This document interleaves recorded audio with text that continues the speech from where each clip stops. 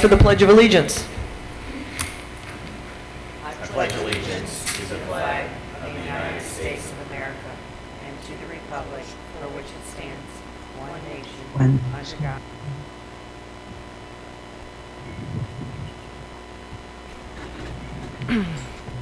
All right, we're going to start with a motion to approve the agenda. Second. A motion and a second. Any discussion? All right, all those in favor say aye. Aye. Anyone opposed? Aye. All right. Good, got it? Okay. All right, so this is a long motion, but here in essence is what I'm going to read. It's a motion that the Rockwood Board of Education hereby waives or amends its current personnel policies to the extent necessary to permit the superintendent of schools to provide compensation to both certified and non-certified employees during any period of closure or modification of hours during the 2019-2020 school year as a result of COVID-19 in the manner determined by the superintendent of schools and approved by the district's legal counsel. In addition, the board authorizes the superintendent of schools to develop procedures to determine the work required, if any, of employees during any partial or complete closure. So move. Okay. Motion and a second.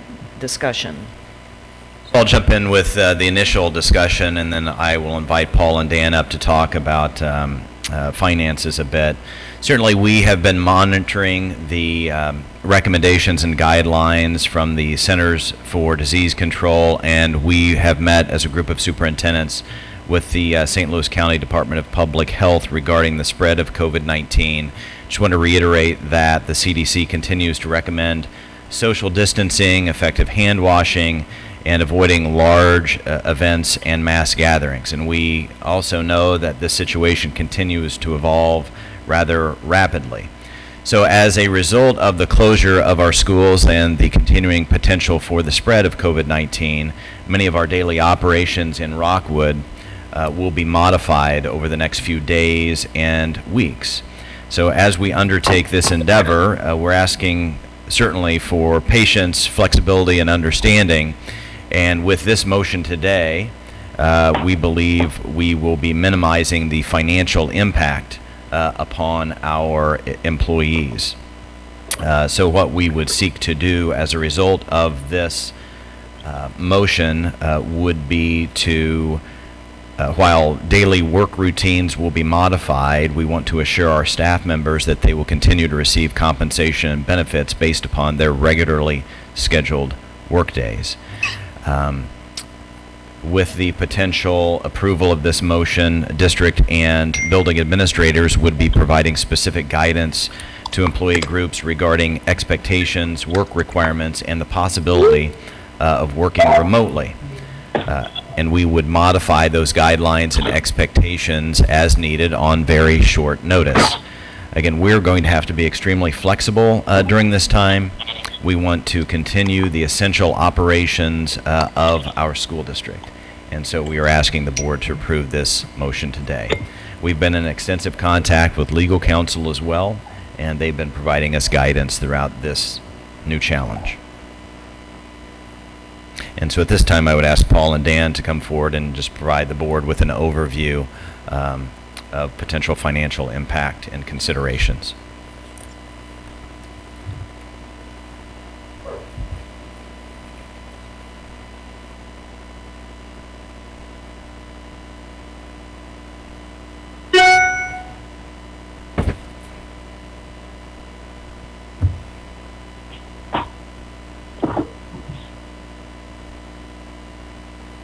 We've got just a general handout to kind of walk you through some of the talking points and some of the considerations as we go navigate through this COVID issue that all districts are having to address at this point in time. But I think really Dr. Miles has kind of mentioned it, but the two overarching goals I think for us in this discussion is, again, that we minimize the financial impact to our district employees. And it looks different for our employees that work under a contract and work under a 12-month term, but it also looks different for those that work on just student attendance days, and making sure that we maintain some sense of financial responsibility for those individuals as well. And the second part of that is to also ensure that we maintain the central operations within the district. So that's the two overarching goals that we're dealing with. So when you talk about the overall budget impact, there's a couple considerations that come into play, and naturally salaries and benefits are our largest expense as a school district. And we have two components that we're really dealing with, and one component is on the operating side, to where we have support staff employees that typically work student attendance days. And the fact that school is canceled, those individuals are not working during those student attendance days. I'm just going to cut you off. Jamie just said that they can't understand any of this. It's too garbled. No one can understand it. So, did you hear any? Jamie and Lynn and Tom? Jamie, Randy? can you hear the information from my microphone? I can hear it better from Mark's microphone than anyone else. There's a lot of just crackly background noise going on, and I know other people are experiencing it because I'm receiving messages from them. So, yeah, I got the same thing. It sounds like if you guys could turn the speakers off in the room, maybe, would it eliminate the echo? I don't think I've been able to understand anything Paul has said. Okay, try that, Paul. Okay. I can hear Jamie. Can you hear me Try to better read now Randy. using the handheld microphone? No? Hello? Okay. Testing. 1, 2, 3, 4, 5. Testing. 1, 2, 3, 4, 5. Can you say a complete sentence and then we'll see if it just loses you in the middle? Good morning to everyone. Hope you're doing good.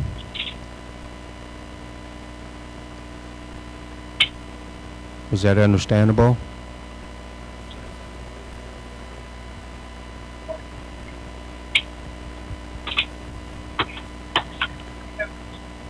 Hello?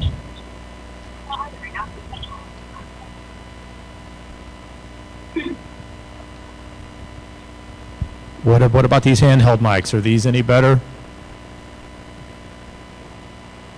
It's like there's an echo. Okay.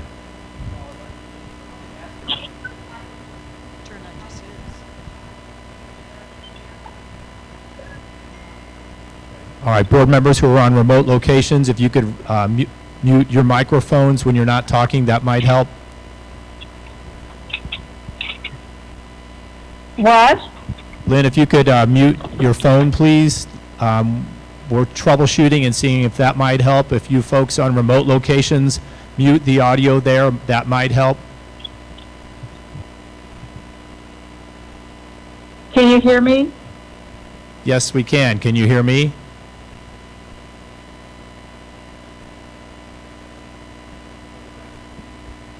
Yes. Can you hear me? Testing. 1, 2, 3. Can you hear?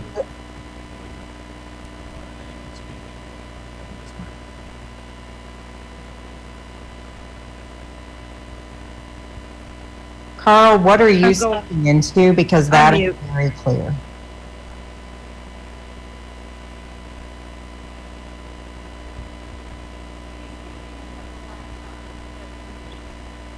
Okay. Oh, 100%. You're very clear and the crackling isn't so bad, but when anyone else is speaking, it's very crackled. So, and echoey through the room. Okay.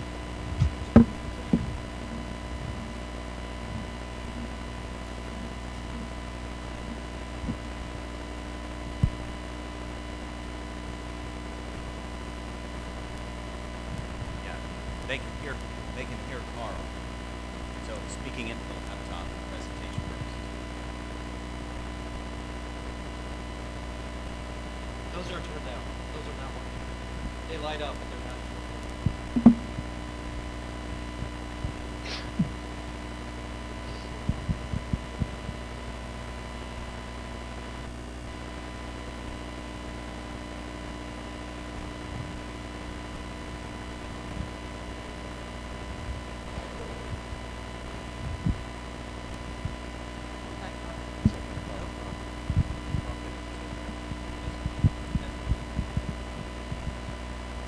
Jamie, can you hear me okay now? That's perfectly clear, yes. Okay. Everyone else, is the microphone good? Does the microphone provide any distortion? No? Excellent. Yes, excellent. Good, That good. sounds awesome.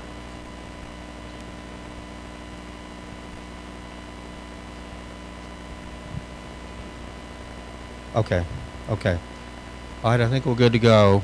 So I'm going to get started here. So again, just to kind of give a preface again as to what a couple of the overarching goals are as we get through this discussion is that we want to minimize the financial impact to district staff, but at the same time ensure that essential operations are still maintained. So we're going to kind of navigate under those two principles. And when we're talking about the overall budget impact, certainly salaries and benefits are the largest consideration when you're looking at a school district budget. And that really comes in two components. We have our operating budget, and then we have our funds that are self-supporting. And self-supporting things will be activities associated with school nutrition services, community education, and early childhood services. As we navigate through this, we have contracted staff that work over a 12-month period, but we also have support staff, and it's kind of what we're going to be talking today, that work on student attendance days. And that's, I think, where the issue comes in from a financial standpoint, is those staff, support staff members that work on student attendance days will not be coming in with the fact that school is closed. And we're going to operate under the premise at this point, under our budget assumptions, that DESE is going to forgive those days at some point in time, which that has not happened at this point. But when we look at that in totality, each day that school district is not in session, those support staff salaries from an operational standpoint total about $60,000 a day. And on the self-supporting side, it's about $30,000. So it's about $90,000 a day that we're looking at. If DESE doesn't have us make up those days, then that event kind of washes itself out because they're not working additional days beyond what we're talking about. And really, again, our premise is, and what we're recommending to the board, is that we continue to pay these support staff members based on their regular work schedule during this unique situation that we're going through. So if DESE doesn't require us to make up these days, that kind of washes itself out because they would have been paid anyway over the course of the school year. Where the issue comes in from a financial or budget standpoint is the fact that the revenue loss associated with some of our self-supporting activities, and I'll give you a couple of examples. From a food service standpoint, we're not going to have food service sales. We're not selling meals to students. We're not selling meals to staff members. So we do not have any food service revenue to offset some of the expenditures associated with our food service staff. Another instance is in community ed. We still have community ed members that are on the payroll, but we're not participating in community ed activities, and we're not collecting any revenue sources from that. So that's where it really impacts the financial piece of the budget. From a food service standpoint, we take in about $900,000 a month. Community ed is also a substantial number. So at the end of the day, it is going to have a financial impact on the budget. Dan and I have looked at it. Over the course of 10 days, we can certainly absorb it within our budget parameters. It will require a substantial budget adjustment, but it works. If this ends up going for a longer period of time and throughout the rest of the school year, it naturally becomes a larger number, and we can define that better for you at the regular April meeting. But the number gets up to 7 figures at some point in time. We were in a pretty good financial position this budget year because we had some revenue sources that are coming in better. This will probably most likely wipe a good portion of that out. From a cash flow standpoint, we should be okay. From a budget standpoint, there's going to require, again, a budget adjustment. Not knowing how long this may go on, if it goes on for the duration of the entire school year, naturally that number becomes larger, but again, we think we have the ability to weather that storm. It becomes more of an issue if it goes into a following school year setting, which is certainly too early to talk about. Again, from a cash flow standpoint, DESE has assured us that we're going to continue to receive our monthly state transmittals, so that should also help us from a budget and cash flow standpoint. What have I left out, Dan? Anything else? So at that point, I'll just open it up to questions. Hey, Paul, this is Randy. I have a question. Can you hear me? Okay. Paul, did you hear that? Yes, sir, I can hear you, Randy. Thank you. Okay, what do we spend on food on a monthly basis, do you know? Because I assume we're not going to be buying any food now, right? I didn't hear you. Yeah. So, food supplies, typically, let me pull that number here. And that's a good point, Randy. Aside from salaries, there's going to be some expenditures that we're not going to have because we're not having food service activities. Food supplies will be part of that, as well as on community ed. We will not be doing some of those courses, so we won't have payments to third parties for some of those activities. But on a monthly basis, our food service operates at just under about $1 million a month. But that is inclusive of supplies and salaries and benefits. Does that answer your question? Do we have perishables? Yes, thank you. We have perishables we're not going to be able to use? A couple of questions. One of them dealing with oh, I didn't know if it was working. So I have a couple of questions. One of them dealing with the food service. As you said, we'll be not purchasing as many food items because we won't be serving food. What are we going to do with the food items that we have in store right now? Well, we've had to. Did you guys hear Cameron's question? Okay, the question from Ms. Romberg was, what are we going to do with the food items that we have on store right now? And some of those may be perishable. Been in conversation with Carmen Fisher. We're actually going to be preparing some meals and delivering meals for some students in need. Those items that are perishable, we're going to use and gather from other locations. We're going to have 2 to 3 food prep sites. We'll move those items to those sites for distribution. So we will be have some of our staff actually working to do those services, correct? Yes, we will have a limited number of food service staff that will need to work in that capacity, be a small percentage. And the B part of that is we may have some transportation needs to where we're asking folks within our transportation department to assist in delivering some of those items. Another question I had is, what benefits would we, since we're not going to be in session in our schools, what benefits would we receive from maybe utilities that aren't being used? So the question is regarding utilities. The buildings, for the most part, are still going in some capacity to be open. Naturally, we're not going to be using as much electricity and things of that nature. Utility costs may go down a little bit due to the fact that we're not ramped up at 100%. Does that answer your question? It won't be enough to offset some of these expenditures, though, for salaries. It'll be minimal in the overall impact. Again, you got to remember that salaries and benefits make up about 80% of our budget, so it's the lion's share of items when we talk about school finance. One more question. So then if we go to, if the state does not forgive the days and we go to an extended year, will these employees then be required to come back so that we don't have to then pay new staff? How would we balance that out at the end of the year? The question is, if DESE does not forgive these days and we have an extended school year, will these employees be required to come back? If and there again we're dealing in hypotheticals here, if DESE, if if we extend the school year and things are resumed or we're having a normal school setting, yes, we will need those folks to come back to perform those operations. Randy, Jamie, Tom, Lynn, can you guys hear Paul okay? Yes. Jamie?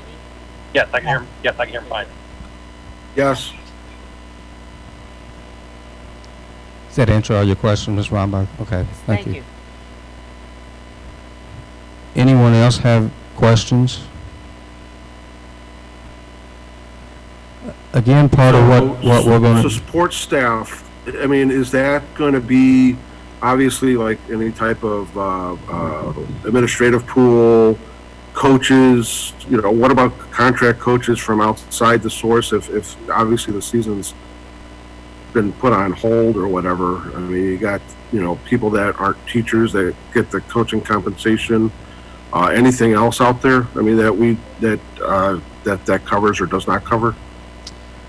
Pretty much what we're talking about when we talk about support staff, it's in our various departments. So it's our food service workers, it's our bus drivers and office staff within the transportation department, it's facilities, it's our custodial maintenance workers, it's our building secretaries that work in our various buildings. When you talk about support staff, that's the lion's share there. As far as Perfect, thank you. coaching items that we have this spring, I think the indication is whatever we have that's already been contracted for in regards to activities, we'll still honor those contracts. Does that answer your question? Yes, it does, Paul. I just wanted to see if, you know, what all that entails, so thank you very much.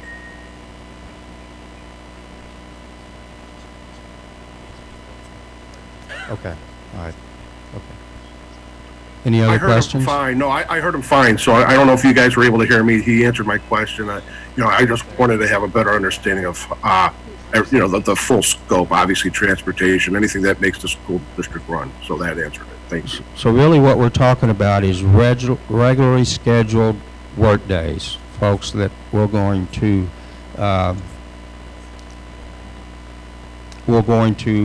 compensate for those folks that on their normally scheduled work day. Some things it doesn't cover is after school activities or field trips that we're going on that's not part of the regular day. So, you know, some of those transportation needs aren't going to be happening, and that's really kind of an extra duty item that we're talking about. That's not going to fall under what we're discussing today. Oh, just to be clear with payroll, we're all good. Yeah, we're all good with payroll. Everything is online anyways, and, you know, direct deposit, and so there should be no disruption if people are concerned. That's a great question. Okay, the question was payroll and normal. We're still going to make sure we direct deposit. Dan and I have had discussions within our finance and payroll and accounts payable department to ensure that those activities go as scheduled. We have contingency plans to where we can do that remotely. Our payroll clerks have done that in the past. It's been tested, and every assurance that payroll will be met on schedule, on time, on a regular basis, as well as accounts payable activities. Thanks. Paul, do you anticipate that we'll have to dip into our reserve fund to get through this year? No, sir, I think we're fine. The question is, are we going to have to dip into our reserve fund? The answer to that is, throughout the remainder of the school year, it's certainly going to have a budget impact, and it may at some point get to where our surplus we had gets to either a break even or a slight deficit, but from a cash flow standpoint, we should be fine.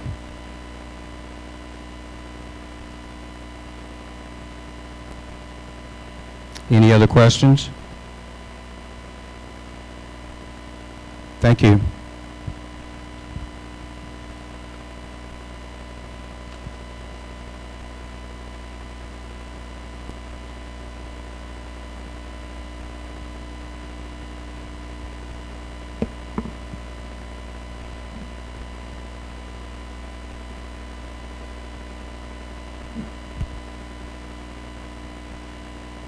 On the motion. that's it?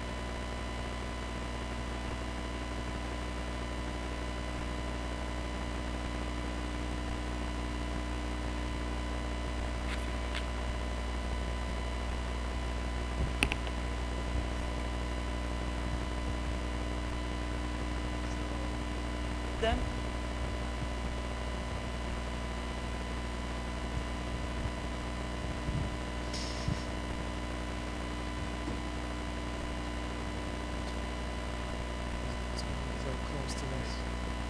Okay, so board members that are on Zoom right now and the board members who are present, just a reminder about the motion. I'm going to read this motion again just to make sure that we're all good with this. So the motion is the motion that the Rockwood Board of Education hereby waives or amends its current personnel policies to the extent necessary to permit the superintendent of schools to provide compensation to both certified and non-certified employees during any period of closure or modification of hours during the 2019-20 school year as a result of COVID-19 in the manner determined by the superintendent of schools and approved by the district's legal counsel. In addition, the board authorizes the superintendent of schools to develop procedures to determine the work required, if any, of employees during any partial or complete closure. All those in favor say aye. Aye. Aye. All right, anyone opposed? All right. Aye. That passes.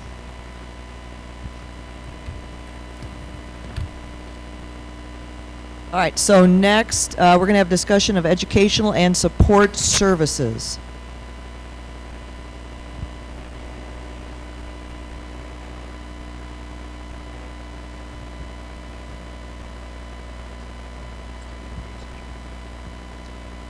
This is Mark Miles. At this point, we'll have a discussion of any educational and support services that we are providing.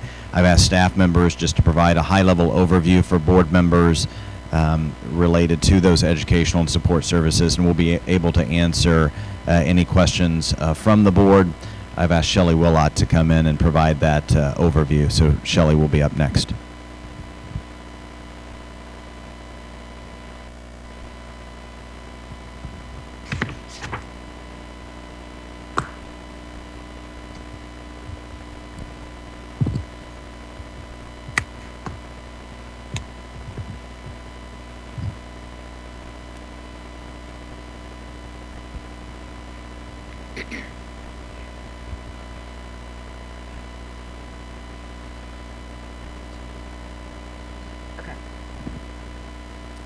Okay, can everybody hear me?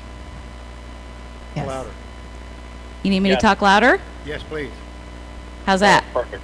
Okay. Board members, can you hear Dr. Willott? Yes. Yes. Okay, so the curriculum team has been working behind the scenes to put lots of support in place for teachers. We have some resources that we're pulling together. We had a group of people meet yesterday, various representatives from the district, to discuss what our expectations would be for continuing education, knowing that we're going to have to make some adjustments along the way. But we have a lot of electronic resources at our fingertips anyway that our teachers are using. So we feel pretty confident that we'll be able to carry on to the best of our abilities. Every staff member will be able to have a free Zoom account. So we'll be able to do face-to-face meetings with students and their families. We will also extend that to counselors and social workers so that they may also talk. We're putting everything in one place for teachers to access so that they don't have to go all over the place to find things. Our curriculum coordinators and facilitators are getting a lot of questions from teachers, so we are working as a team to get messaging out to them that we'll have everything ready to go. In addition, the curriculum team has been working on some general lessons. Should a staff member fall ill or not be able to carry through, we've got enough material to help them out when that's needed as well. So I feel pretty confident that we're ready to go. I think we'll make mistakes and there will be things that aren't perfect, but we feel really confident in the direction that we're going at this point, that we can support our teachers, support our families, and keep learning going to the best of our ability. So a question that I have, one is, how are we communicating to parents to support them through this? Is a lot of the responsibility is going to fall on their shoulders. Okay, so what support are we going to provide to parents throughout this whole time? We're going to have lots of communication available to parents. So I'm meeting with the communication team right after this meeting to discuss how we're going to funnel all of the questions and support that people may need to one place so that parents are also going to one place. We've had Tara Miller develop an alternative learning plan website that has places for parents. She's developed 4 cards on it. It'll be early childhood to 5 years old, so we're going to provide some things there. K-5, 6-12, and parent resources, as well as teacher and staff resources. So everybody will have a place to go. We're loading that up right now with all the information that people will need. We have communication ready for staff when we pull the trigger, and I feel like we're going to be okay. How are we provided internet services for our students who may have a laptop or Chromebook, but they may not have internet service? So how are we going to provide service for students that don't have it? The technology department has been fabulous, and they are getting hotspots, and we have devices that we will get to families. So on the front page of our Alternative Learning Plan website, there will be links to Google Forms that families can fill out requesting service or computers to help them. Thanks for thinking of all of those details. And we'll also have, if it comes to it, we can make copies and get them to families as well. We are prepared for it all. Old school. Yes.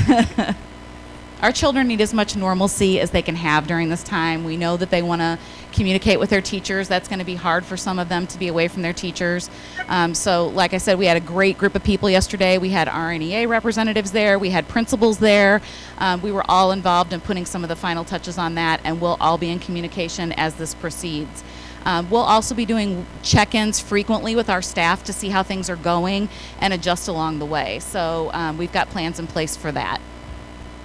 To ask a joint question for us. Okay. Oh, you got to speak into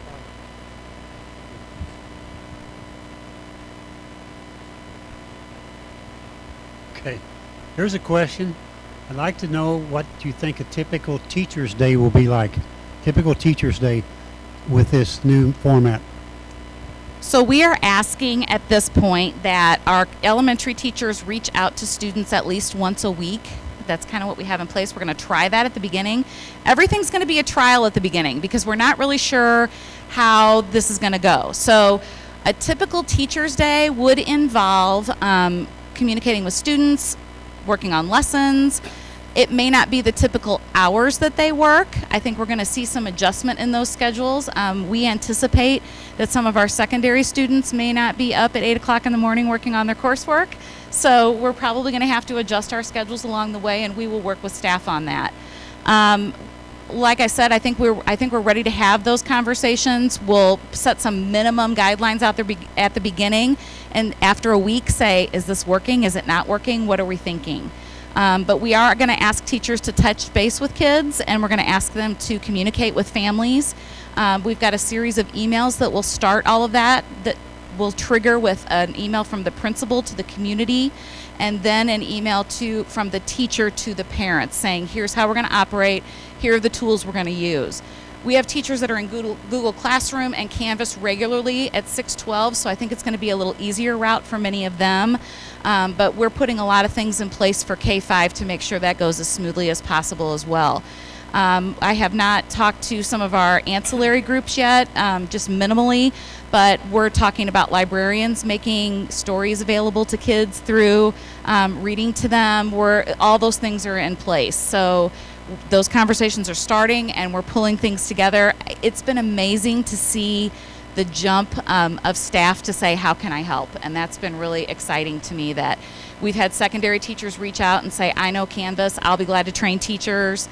We've had elementary teachers say, what can I do? We've just gotten a lot of really positive communication from our staff. So Tom Dunn does have a question. Yes. When do you plan on starting all this? April 6th or sooner? Well, he asked when we were going to start on this. We will get communication out to staff as soon as we have the go-ahead to do that, because we really want to get staff wrapping their heads around it. They are on spring break, so we wouldn't expect them to do anything until Monday. But once we get the go-ahead, we're ready to send out communication whenever we're told to do that. We've just been preparing. And students, because we are in spring break, students who may have left their laptops at school, we're going to have open days. I'm assuming that everyone can go back in, maybe staggered times or something? Yes, open days with some scheduling. You want to talk a little bit about that? Oh, okay. So Laura Lee asked about how are students going to get their materials if they need them? So we have students and staff members that likely have personal and or educational materials at the school location. I wouldn't say that what we're going to do is have an open time for students to come in, but we'll ask them to contact the schools and schedule a time to come in, because we're going to do our best to increase social distancing so that if we have 40 people come in at one time, that decreases social distancing. So we'll ask for an organized, scheduled process to organize that. And then we will be discussing, and we've already been discussing, the opportunity for folks around the district to work remotely so that we're doing our part to keep our community safe as well. Beyond the educational services, Dr. Terry Harris has been working with a variety of social service agencies on the provision of food distribution sites throughout the St. Louis region. That's been a cooperative effort among all of our school districts and social service agencies.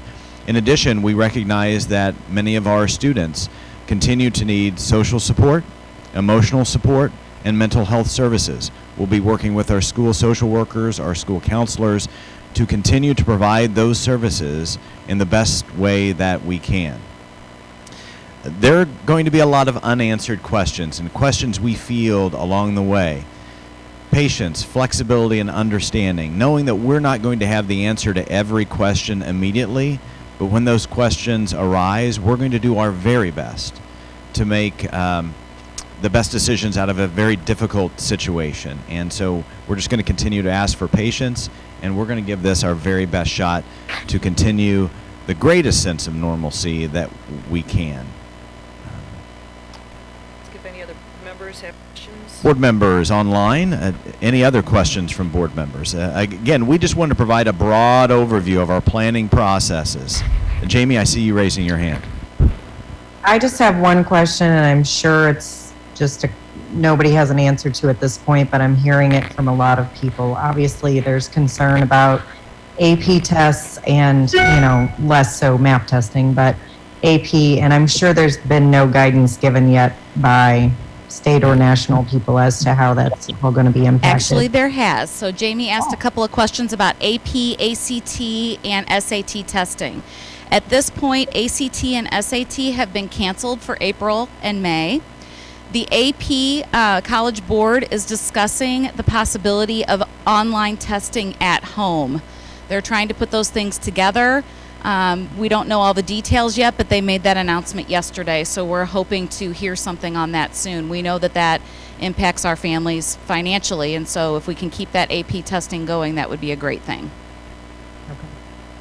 And then the other high school courses that are just for college credit, those will just move on as they've been going, correct? Yes, the courses that we have for college credit, we just received word from UMSL yesterday that they expect us to just carry on, and there will be nothing different about that. Keep teaching, and those kids will be awarded their college credit. Okay. Good. Do you know what's happening in for special education students? Yes, yesterday, so there was a question about special education students. Yesterday, Carmen Harris was in our meeting with us as we planned, and her teachers will also have Zoom accounts to work with students to incorporate those IEP minutes that are in there, and we are working on those plans. She then took that back to special school district, and I have not heard back from her since then, but today I'm sure we'll touch base. We also discussed students that get reading services, reading intervention. We will have Zoom capabilities that those teachers can meet with their students as well. Thank you. Mm-hmm.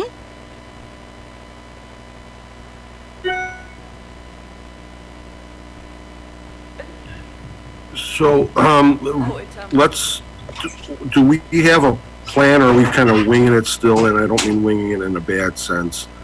I had asked Dr. Miles a question the other day, and I know he said we'll probably address it, and I think we kind of have, but my question is, if things go forward and we're eventually able to resume back into the classroom, will our school calendar be extended, or are we going to make it where the kids are going to be in school longer during the day? So the question is, if we are, at some point, if we're able to resume normal operations, will the school year be extended in any manner? The Department of Elementary and Secondary Education has not made any assertion on that. I do know I received a call from Tim Ricker, who is our DESE area supervisor, yesterday evening about 6:30. The Commissioner of Education, Margie Van Dieven, is advocating flexibility throughout the district. You can imagine a number of districts in the state of Missouri do not have the resources that we do to even think about providing the resources and the services that we're going to provide.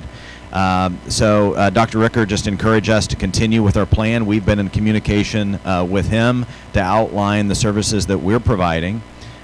So I think there will be a tremendous amount of pressure on the Department of Elementary and Secondary Education to waive several requirements.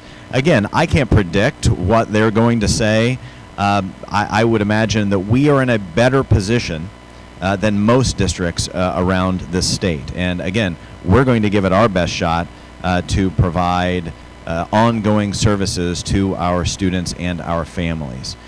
So we have received informal signs, from my perspective, have been positive in the efforts that and the services that we are providing.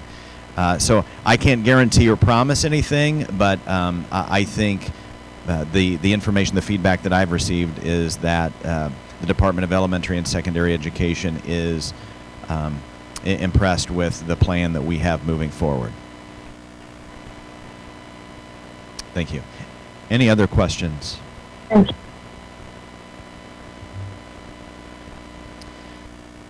Dr. Miles, could you speak to, we talked about delivering the food services to some of our students, and we have a plan, a contingency plan for that. And could you speak to that for just a minute? Yes, as far as food distribution, the question is about the contingency plans for food distribution. Dr. Terry Harris has been working on, with a variety of social service agencies as well as school districts, to organize and plan for food distribution. I haven't seen the specific plans for that, but we talked about it yesterday during our administrative leadership team meeting. So we want to make sure that for the students that need that food and nutrition continues to be provided. Dr. Harris has been coordinating and organizing that. Hey, Dr. Miles. Oh yes, hello Terry. Yeah, Hey, if you could join in and share with us those plans, excellent. Yes. So we have, I've worked with Deb Kettrain yesterday to create a Google site that I'm more than willing to share with the board in about 10 minutes when I get to my office.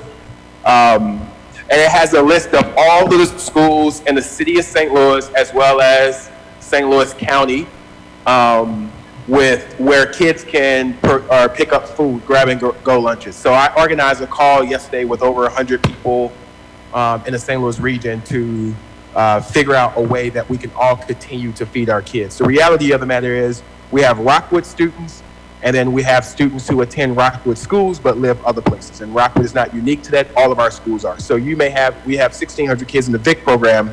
Doesn't make sense for those kids. Not only does it not make sense, but it's probably not even logical for those kids to come all the way to Rockwood School District to pick up a meal when there's 3 or 4 or 5 schools next to them in their homes in the city.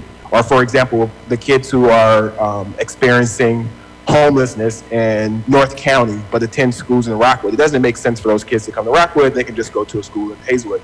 So we're organizing a site where kids throughout the St. Louis region, St. Louis City, St. Louis County, can go to any one of these spaces and receive grab-and-go lunches. No questions asked. One of the issues that we have in Rockwood is we don't necessarily qualify for the summer meals program. You have to have 50% or more free reduced lunch. And so for us, the reimbursement is not going to be there. Tim and I had a meeting yesterday, Paul and I had a meeting yesterday to discuss that. And so, but we're okay with that. We have identified a few sites in Rockwood for our resident families. We're thinking Rockwood South, Rockwood Summit, one of those schools, and Selvage on the north side of the district at this time. And we're going to monitor that, and we're going to ask principals to follow up with kids. And if we see there's a need to add another site, we're going to add another site. We have 122 kids who receive weekly backpacks. And I had a conversation with Brittany Hogan, who's over the coordinate the social work department. We're going to ask her to work with the social workers to continue to deliver those backpacks to those families. We have a little over a little under 3,000 kids who receive free and or reduced lunch, over 20-something sites or 32 sites, and so that's not a huge number. So we're going to send out emails, messages to those families and ask if they need some support. What can we do to continue to support them? Rockwood School District is in a unique position versus some of the other school districts in the sense that our numbers are not as large. And so we can, what I'm telling my department is we can work individually to meet the needs of our students. We have a plan, no kid will go without receiving food. We're very confident of that, and we will be ready to go for Monday. Thank you for all your preparations, Terry. Thanks, Terry. Additional questions from the board? Which personnel will be on site at each school during this time? The question is, which person will be on site during this time? You know, we are looking at essential personnel. District and building administrators will be asked to be on site. And then I've asked department and district leaders, building and district leaders, to begin to work on those plans for proper rotation so that operations continue. And so I've asked for, really directed some flexibility and some discretion to our district and building leaders, and we'll monitor that over time as well. Will every school be open each day? The question is, will every school be open each day? At this point, we anticipate that each school will be open each day. Again, as this situation evolves, that may change on very short notice. Additional questions at this time? So before we... Yeah, I have one. Sorry. Okay. I was still muted. Party.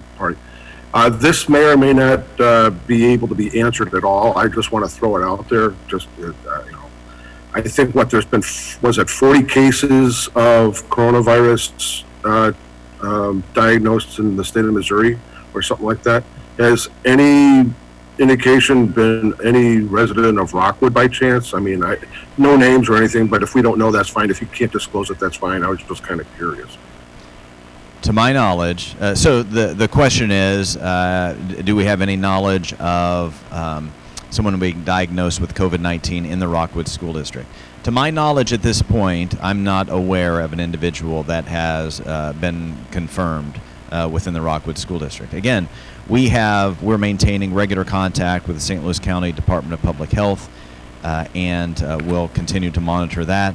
I would also say, in terms of our work with the Department of Elementary and Secondary Education, I would remind the board and our community that St. Louis County superintendents, St. Louis City superintendents acted as a group, a united, collaborative group in making this determination to close our schools. I think we'll have some influence as a group in working with the Department of Elementary and Secondary Education to figure out what those future processes and any waivers, what that may look like. Additional questions at this time? So What's before we happening close, outside of St. Louis County? I'm sorry, go ahead. What is happening outside of St. Louis City and County? I haven't seen anything in the press.